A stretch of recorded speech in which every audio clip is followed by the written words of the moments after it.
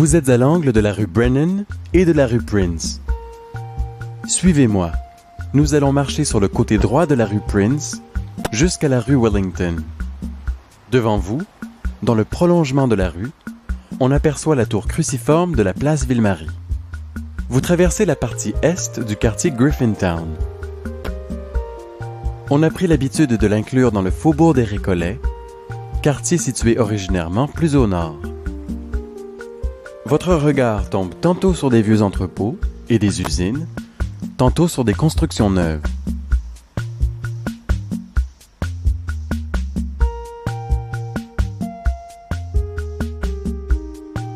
Aujourd'hui, ce quartier est devenu la Cité Multimédia, une opération immobilière financée par le gouvernement dans le but de revitaliser ce secteur.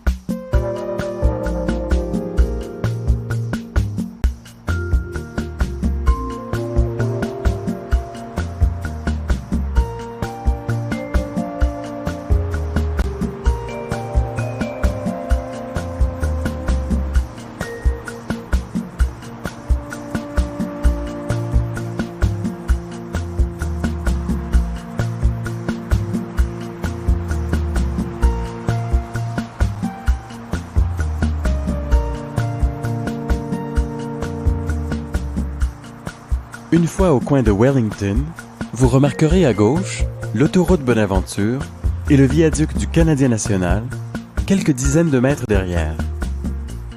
Tournez à droite, rue Wellington, et marchez tout droit.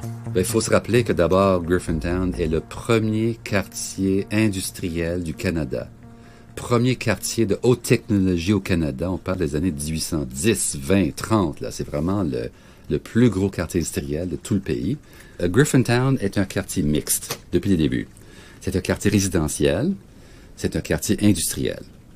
On y trouve des entrepôts qui vont desservir le Vieux-Montréal, qui vont desservir le canal de la Chine. Poursuivez votre route. Traversez d'abord la rue Queen, traversez ensuite la rue King et enfin la rue des Sœurs Grises. Je vous attends au coin nord de l'intersection des rues Wellington et McGill. Je vais vous donner un portrait très simple. Si vous regardez dans l'environnement du viaduc du Canadien national, juste côté ouest du viaduc, aux environs de la rue Ottawa-William, vous aviez 5 églises sur 3 îlots.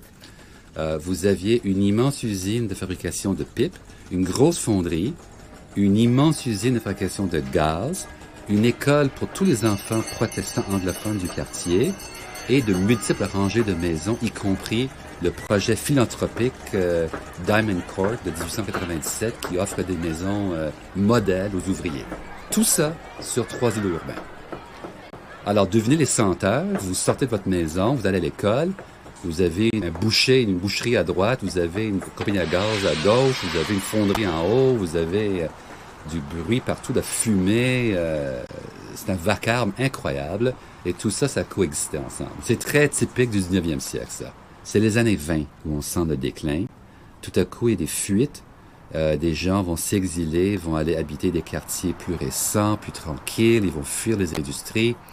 De nouveaux immigrants vont venir les remplacer temporairement. Des Italiens, des Polonais, des gens comme ça, quelques juifs. Et là arrive en 1930 le grand viaduc du CN et ça coupe le quartier en deux. Et là, les résidences vont disparaître complètement de la partie est de Griffintown, totalement. Et même les industries commencent aussi à disparaître. Le stationnement surface s'annonce dans les années 30.